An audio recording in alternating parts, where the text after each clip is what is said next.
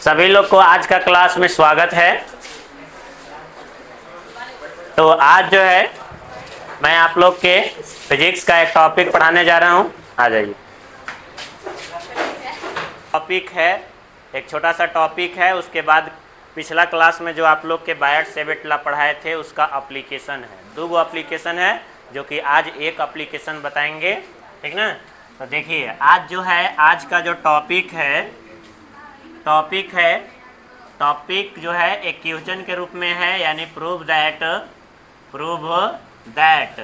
क्या है, c बराबर 1/√μ0 इंटू एप्सिलॉन नोट। इसको हम लोग के क्या करके दिखाना है, प्रूफ करके दिखाना है। इसको बता देते हैं फटाक से, यानी कि ऐसे लिखेंगे हम लोग प्रूफ में, ठीक ना। इस प्रकार से हम लोग क्या करेंगे कि प्रूफ में लिखेंगे। अब इसी को हम लोग को प्रूफ करके दिखाना है। इसी का मतलब क्या होता है, स्पीड ऑफ लाइट। क्या होता है, स्पीड ऑफ लाइट। अब म्यू नोट जो होता है इसको बोलते हैं परमिएबिलिटी ऑफ फ्री स्पेस, और ये एप्सिलॉन नोट जो है, ठीक ना, यानी कि ई नोट जो लिखल है इसको एप्सिलॉन नोट भी बोलते हैं। तो इसको बोलते हैं हम लोग परमिटिविटी ऑफ फ्री स्पेस। यह जो एक्सप्रेशन जो है स्पीड ऑफ लाइट का एक्सप्रेशन है, मतलब फार्मूला है।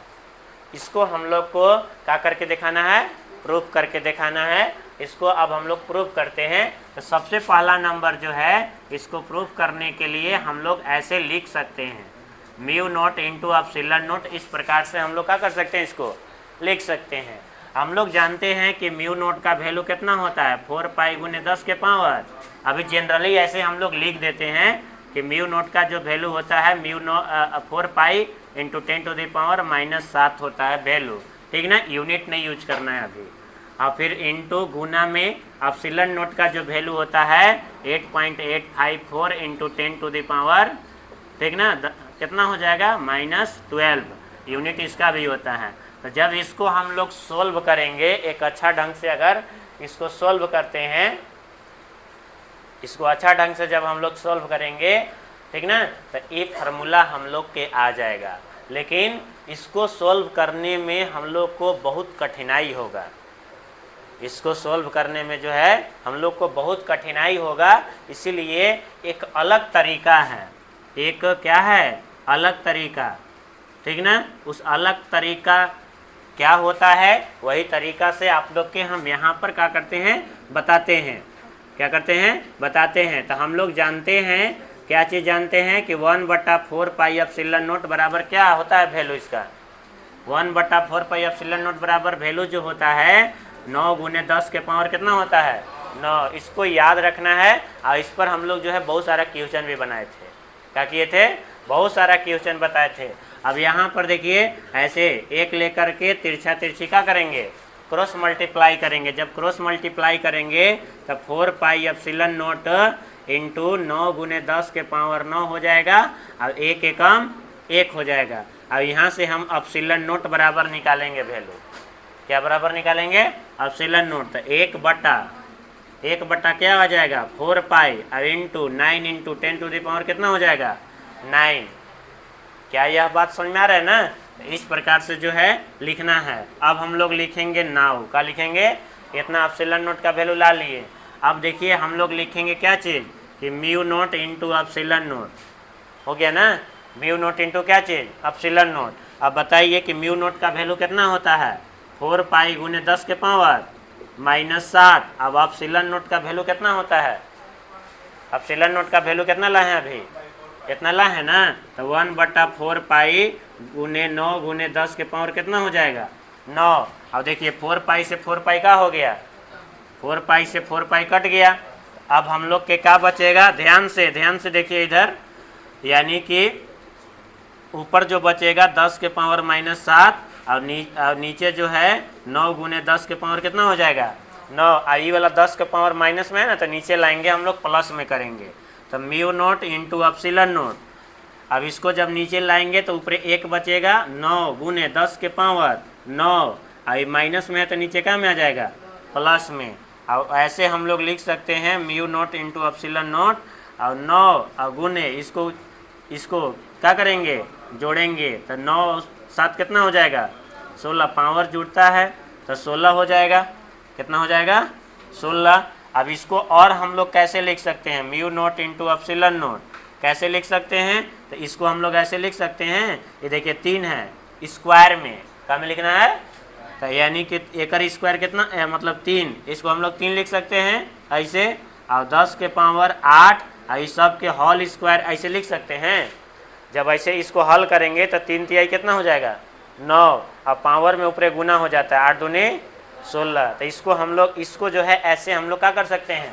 लिख सकते हैं। और बाकी फिर इधर देखिए बता दे रहे हैं, ऊपर नीचे नहीं दिखेगा तो बात सुनना या पहले एकरा लिख लेते हैं इधर 1 3 गुने 10 के पावर 8 और स्क्वायर और बराबर में क्या लिखेंगे? म्यू नॉट इंटू का लिखेंगे एप्सिलॉन नॉट। इसको उधर लिख दिए, इसको कहने लिख दिए इधर। अब देखना है कि हम लोग जानते हैं, ठीक ना, 10th क्लास में पढ़े थे कि 3 गुने 10 के पावर 8 जो होता है वो किसका वैल्यू होता है? स्पीड ऑफ लाइट के। और स्पीड ऑफ लाइट को कैसे दिखाते हैं? सी से दिखाते हैं। कैसे दिखाते हैं? सी से दिखाते हैं। तो इसको हम लोग क्या लिखेंगे? सी के बराबर है ये, तो सी लिख देंगे और ऊपर का है यहाँ पर स्क्वायर, और म्यू नॉट इंटू का हो जाएगा एप्सिलॉन नॉट। ऐसे तिरछा तिरछे गुना करेंगे। बात सुना यार? तो इस प्रकार से जो है हम लोग गुना करेंगे तो C square mu nought epsilon nought और 1 एकम 1 और सी स्क्वायर बराबर 1। और गुना में है तो नीचे का में जाएगा भागा में, और स्क्वायर हटेगा तो इन्हें का चढ़ेगा अंडर रूट। तो 1 बट्टा का हो जाएगा mu nought into epsilon nought. आई रूटवा जो है ऊपर 1 के लिए भी इसके लिए भी, तो 1 का वर्गमूल कितना होता है? 1। और ये सब के तो वर्गमूल नहीं होगा, इसलिए अंडर रूटे में लिखेंगे। ये क्या हो गया? ये क्या हो गया? प्रूव्ड हो गया। इस प्रकार से इसको जो है हम लोग क्या करते हैं? प्रूव्ड करते हैं। बात समझ में ना? अभी जैसे हम इसका उपयोग करके ऐसे सोल्व किए, ऐसे सोल्व किए, एक रो सोल्व करेंगे ना, इसको भी सोल्व करेंगे तब वो आंसर आएगा। लेकिन इसको सोल्व करने में थोड़ा सा क्या है? कॉम्प्लेक्स है, मतलब कठिन है। गुना भागा करने में क्या होगा? बहुत कठिन होगा। बात समझ में आया ना? इस प्रकार से जो है। तो अब अगला नंबर जो है, अब हम लोग के पढ़ना जो है, ठीक ना, टाइम को न विलम्ब करते हुए जो है, टाइम को न विलम्ब करते हुए हम लोग आगे जो पढ़ते हैं उस टॉपिक का नाम है application. Application of Biot Savart law. Application of Biot Savart law. बात समझ में आया ना? यानी कि हम लोग अब पढ़ने जा रहे हैं क्या चीज़? एप्लीकेशन। एप्लीकेशन का मतलब दूसरा मतलब होता है यूज। क्या होता है? यूज। यानी कि बायट सेबट का जो है यूज पढ़ेंगे कि इसका यूज कहाँ किया गया है। तो इसका जो यूज किया गया है एक सर्कुलर क्वाइल में यूज किया गया है, ठीक ना। ये 2 यूज बताया गया है इसमें, बुक में जो है यूज जो बताया गया इसका एप्लीकेशन 2 बताया गया है, और दोनों के दोनों इम्पोर्टेंट है, दोनों एग्जाम में आता है। तो इसमें से सबसे पहला नंबर जो है हम लोग पढ़ेंगे, पहला यूज जो है magnetic field at the centre of circular coil. ये आप लोग का टॉपिक है। पहला नंबर जो है एप्लीकेशन में पहला नंबर पढ़ना है कि magnetic field at the centre of circular coil में हम लोग को, यानी कि कोई एक सर्कुलर कोइल है। कहने का मतलब जो है, देखिए फिगर बनाते हैं क्योंकि सब चीज़ फिगरे पर है। एक ऐसे फिगर बनाते हैं, ये क्या है? Circular coil. ये क्या है? Circular coil. ध्यान से देखना है, ये आपका सर्कुलर कोइल है, और यहाँ पर बीच में क्या होगा? एक सर्कुलर बना लिए, एक कोइल है ये, और इसका बीच में क्या होगा? सेंटर। क्या होगा? सेंटर, ठीक ना। अब ये है वायर, ये तार है, सर्कुलर बनाया गया है, ठीक। आइए बताइए कि तार एक छोटा सा पार्ट से बना होता है कि नहीं? बताए थे ना। तो छोटा सा पार्ट्स का नाम क्या होता है? ये छोटा सा पार्ट्स, इसको मान लेते हैं यहाँ से यहाँ तक हम लोग ए और एक बी मानते हैं, और इसका लेंथ को क्या मानेंगे? DL। क्या मानेंगे? DL। तो यानी सुनिए इधर, यानी कि एक छोटा सा लेंथ है जिसको हम लोग DL बोल रहे हैं, और इसी को बोलते हैं, छोटा सा लेंथ को ही हम लोग बोलते हैं स्मॉल करेंट और क्या बोलते हैं, एलिमेंट, क्या बोलते हैं, small current element of wire. बात समझ में आया ना। तो इस प्रकार से इसको हम लोग एज्यूम करते हैं। अब एक बात याद रखना है कि यहाँ से जो है यही स्मॉल करंट एलिमेंट से हम लोग क्या करते हैं कि सेंटर से ऐसे रेडियस को ज्वाइन करते हैं। यानी कि मतलब इस प्रकार से इस क्या हो गया, रेडियस का हो गया, इस सर्कुलर कॉइल का रेडियस हो गया। अब एक और बात बताते हैं कि यहाँ पर देखिए इधर करेंट एलिमेंट, अभी रेडियस जो लाइन है, ठीक ना, जो लाइन, हम लोग के मैग्नेटिक फील्ड निकालना कहाँ है, सेंटर पर। यहाँ पर मैग्नेटिक फील्ड क्या होगा, करंट ऐसे गोले गोल जा रहा है, तो यानी यहाँ पर मैग्नेटिक फील्ड क्या होगा, इस मैग्नेटिक फील्ड का फार्मूला हम लोग को क्या करना है, फाइंड करना है, ज्ञात करना है कि यहाँ पर क्या होगा। तो यानी देख लीजिए यहाँ पर स्मॉल करंट एलिमेंट लिए हैं और यहाँ से लाइन ज्वाइन किए हैं, तो ये इसके बीच में एंगल कितना बनेगा, 90 डिग्री। अब यही एंगल का हम लोग क्या करेंगे, उपयोग करेंगे। तो जितना अभी फिगर बनाए हैं इसी को हम लोग लिखेंगे यहाँ पर। देखिए इधर लिखेंगे क्या चीज़, ऐसे लिखेंगे, सपोज क्या लिखेंगे, सपोज दैट, क्या लिखेंगे, सपोज दैट, ठीक ना, ए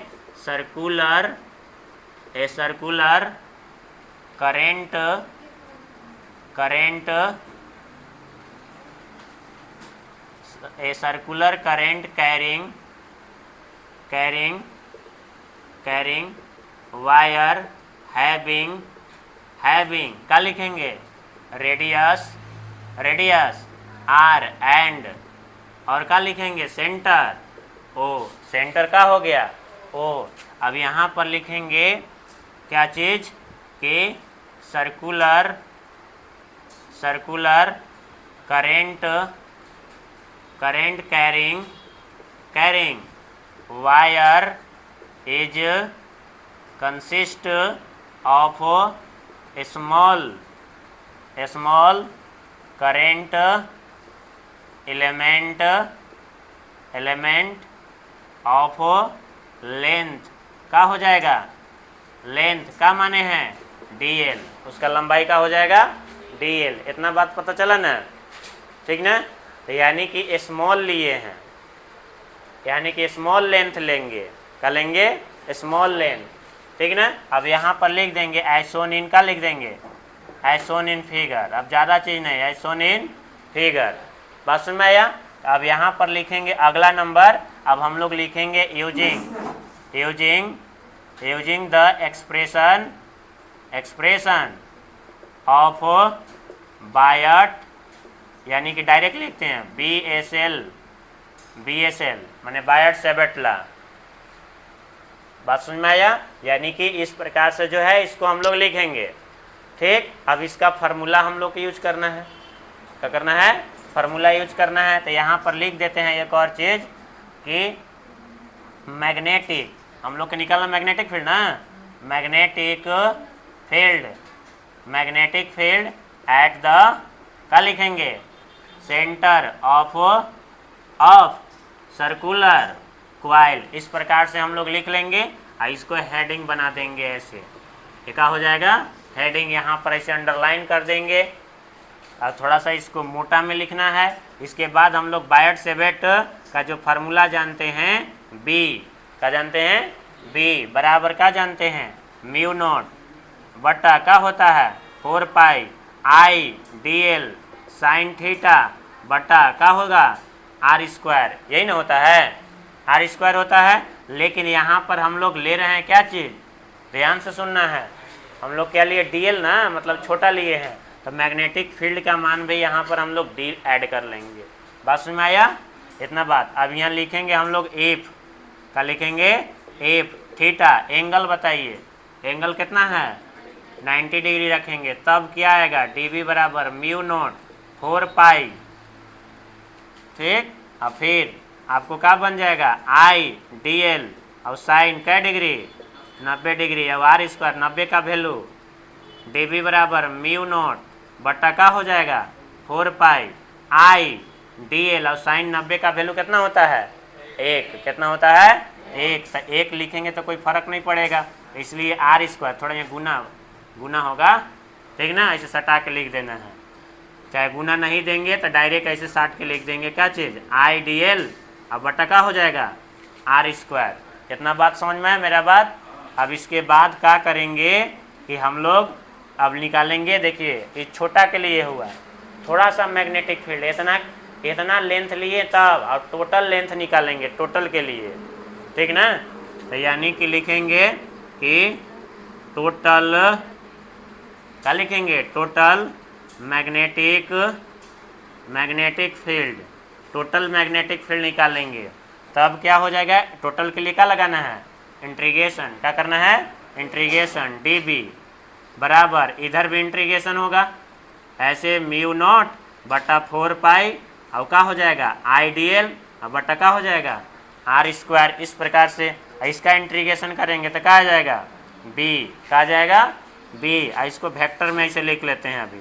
अब देखिए एकरा में कांस्टेंट टर्म जो होता है ना, एकरा में कांस्टेंट टर्म क्या क्या है, तो म्यू नॉट कांस्टेंट है, 4 पाई कांस्टेंट है, और एकरा में जो करंट दिया जाएगा तो करंट तो बदलेगा नहीं, तो करंट भी कांस्टेंट है, और आर रेडियस भी बदलेगा नहीं, रेडियस भी उतना ही रहेगा, मतलब ये सब कांस्टेंट है, इसलिए इस सबको बाहर ही निकाल देंगे, इसे 4 पाई, और इसको आर स्क्वायर लिख दिए, और आई भी बाहर ही निकल गया, और अंदर क्या बचेगा डी एल, ठीक ना। डी एल मतलब ये छोटा लंबाई हुआ ना। अब यहाँ से देखिएगा बी, अब म्यू नॉट, अब ऊपर थोड़ा सा लिखते हैं, यहाँ पर लिख देते हैं आप लोग के, ये जो जगह दिख रहा है, तो यहाँ लिखेंगे बी वेक्टर, और लिखेंगे म्यू नॉट आई, अब बटा 4 पाई का हो गया आर स्क्वायर। अब इतना का इंटीग्रेशन, मतलब इतना का वैल्यू, अब यहाँ देखिए इसका इंटीग्रेशन करेंगे, इंटीग्रेशन मतलब बड़ा, माने टोटल के बात किया जाएगा, तभी छोटा है, अभी छोटा के लिए इतना हुआ है, लेकिन ई साइन जैसी हटेगा तो टोटल के लिए, हॉल के लिए बात किया जाएगा, ठीक ना। तो बताइए छोटा, तो गोला अगर हो जाएगा तो एक गोला के लंबाई का होगा, परिधि, वृत्त का परिधि पेरीमीटर का एक बराबर का होगा पेरीमीटर, का हो जाएगा पेरीमीटर, मतलब पेरीमीटर कितना होता है 2 पाई आर, यही हो जाएगा स्क्वायर, नहीं 2 पाई आर न होता है, फार्मूला गलती लिख दिए, क्या होता है, अरे परिमाप, वृत्त का परिमाप क्या होता है 2 पाई आर होता है, यानी 2 पाई आर लिख दिए। अब यहाँ से देख लीजिए, ये 2 से कई बार में कटेगा, 2 बार में, अब पाई से ही पाई खत्म, एगो आर से एगो आर का हो गया खत्म, ठीक ना। तो क्या बचेगा बी बराबर म्यू नॉट, अब बटा का हो जाएगा 2, हो गया ना। देखिए म्यू नॉट बटा 2, और इसके बाद आई, अब बटा का हो जाएगा आर, यही तो बचा। तो यही जो है, यही फार्मूला है, ठीक ना। और इसका यूनिट क्या हो जाएगा, अगर यूनिट की बात करेंगे तो वही टेस्ले का रहेगा, टेस्ला, क्योंकि मैग्नेटिक फील्ड है।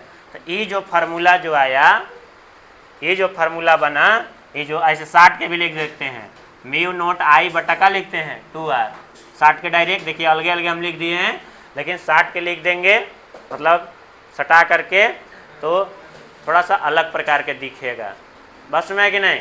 तो ये है फार्मूला आप लोग के क्या चीज़ के, magnetic field at the centre of circular coil, ठीक ना। और लेकिन अब ये जो फार्मूला बना है एगो टर्न के लिए, एगो टर्न ऐसे बना है, एगो है ना ऐसे गोला। अब मान लीजिए आओ गोला बनेगा, तो उसके लिए हम लोग लिख देते हैं फॉर एन